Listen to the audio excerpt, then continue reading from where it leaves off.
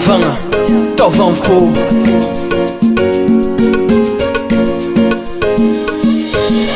Aza dia namotrangotra anao drako, anao koa tia zaho, fa fitiavako anao dodo ataovagny fô. Aza be filafila anao somo, anao koa tia zaho, fa fitiavako anao tiako ataovagny fô. Oh adodo ataovagny fô, oh atiako anao koa tia zaho ataovagny fô drako, anao koa tia fa tamby toetrinao isan'andra tsy vitako ataovagny fô drako, anao koa tia fa tamby toetrinao isan'andra tsy vitako. Oh drako ataovagny fô.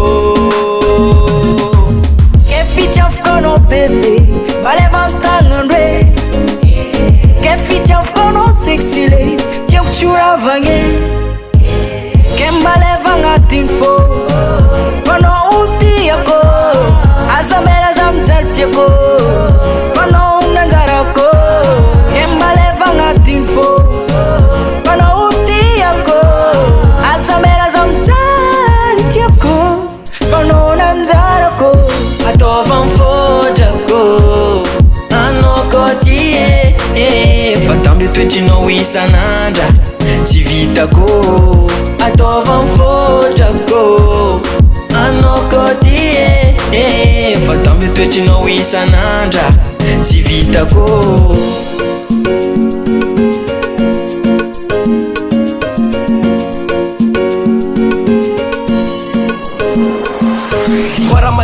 Drao, da toki tambe, sam tanora drao, tsy fampitambe anao zaraiky gyal, ane magnagny fahitako anao gyal, tia mpitambe embariko anao, tsô tsy hainao fitiavako anao, ataovagna ty fô. Embariko anao, tiako hainao fitiavako anao, ataovagna ty fô. Ataovagna ty fô,